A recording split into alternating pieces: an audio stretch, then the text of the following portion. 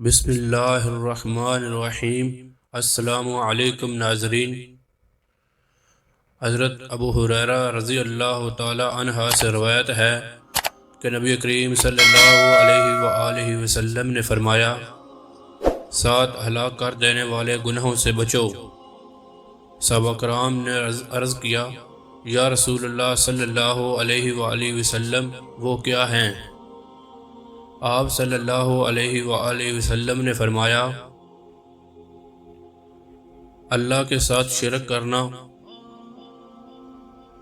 جادو کرنا، کسی جان کو ناحق قتل کرنا، سود کھانا، یتیم کا مال کھانا، میدان جنگ میں پیٹھ پھیر کر بھاگنا،